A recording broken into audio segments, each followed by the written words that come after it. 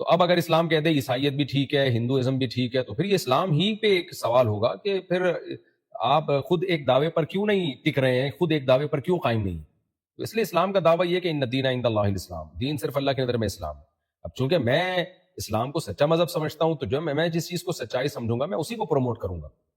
میں ہندو مذہب کو ٹھیک نہیں سمجھتا، میں دوسرے مذاہب کو ٹھیک نہیں سمجھتا، تو میں کیسے ان کی بات کر سکتا ہوں، ان کو کیسے پروموٹ کر سکتا ہوں؟ ہاں اتنی بات ضرور ہے کہ اسلام نے یہ ضرور کہا ہے کہ اسلام دین برحق ہے، لیکن کسی بھی غیر مسلم کو زبردستی مسلم نہیں کیا جائے گا۔ لا اکراہ فی الدین، سورہ آل عمران میں اللہ نے کہہ دیا کہ دین میں کوئی زبردستی نہیں ہے، ہر شخص اپنے مذہب میں آزاد ہے۔ اللہ آخرت میں خود اچھا بدلہ دے گا ان لوگوں کو جنہوں نے صحیح دین کو فالو کیا، اور ان کو سزا دے گا جنہوں نے غلط دین کو فالو کیا۔ لیکن دنیا میں ہم کسی کو زبردستی مسلم ہونے کا نہیں کہہ سکتے، ایک بات۔ نمبر دو، اسلام نے ہمیں یہ حکم دیا کہ اگر کوئی اسلام کو ایکسیپٹ نہیں کرتا تو ہیومینٹی کی بیس پہ، انسانیت کی بیس پہ آپ نے اس سے بھی اچھا سلوک کرنا ہے۔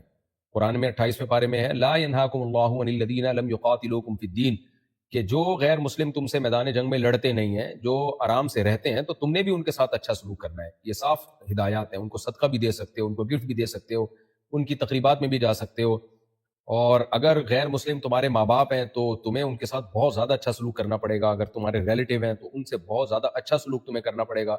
تبھی اسلام میں ہمیں اس کی مثالیں ملتی ہیں۔ نبی صلی اللہ علیہ وسلم کے جو ساتھی تھے، اصحاب تھے، تو ان کے جو غیر مسلم رشتہ دار تھے، جو ریلیٹیوز تھے، ان سے بھی وہ بہت اچھا سلوک کیا کرتے تھے۔ خود ہمارے نبی صلی اللہ علیہ وسلم نے اس کا حکم دیا ہے۔ تو لیکن جہاں بات آئے گی حق کی اور باطل کی، تو پھر اسلام کہتا ہے برحق مذہب صرف اور صرف اسلام ہے، اور باقی غیر مسلموں سے ہم نے اچھا سلوک کرنا ہے۔ تو میں اس لیے اسلام کی بات کرتا ہوں کہ میں برحق صرف اسلام ہی کو سمجھتا ہوں۔ باقی جو اسلام کے علاوہ مذہب ہیں، ہم ان کا احترام ضرور کرتے ہیں، لیکن ان کی تعلیمات کو فالو کرنے کو ہمارا نظریہ یہی ہے کہ اس سے خدا خوش نہیں ہوگا، کیونکہ اللہ نے ایک دین بنایا ہے اور دین واحد ہے جس کا نام ہے اسلام، کیونکہ اس کی تعلیمات بالکل کلیئر ہیں۔ وہ تعلیمات ہیں جو توحید کی ہے، ایک خدا، پھر 5 ٹائم نماز ہے، پھر رمضان کے روزے ہیں، پھر بیت اللہ کا حج ہے، اللہ کے گھر کا ہم حج کرتے ہیں، پھر شراب حرام کر دی اللہ نے، زنا کو حرام کر دی اللہ تعالیٰ نے۔ تو جتنی اچھی اچھی باتیں ہیں، یأمرون بالمعروف وینہون عن المنکر، کہ نبی کی جو ذمہ داری ہے، قرآن کہتا ہے برائیوں سے روکیں گے، اچھائیوں کو فروغ دیں گے۔ جتنی اچھائیاں اسلام میں ہیں شاید دنیا کے کسی مذہب میں نہیں ہے، اور جتنی برائیوں سے اسلام ہمیں روکتا ہے دنیا کا کوئی مذہب روک نہیں سکتا۔ اس میں طہارت کا نظام ہے اور بہت ساری چیزیں۔ آپ جب اسلام کو نیوٹرل ہو کے جب آپ اسٹڈی کریں گے تو آپ دیکھیں گے کہ اسلام اس سپیریئر۔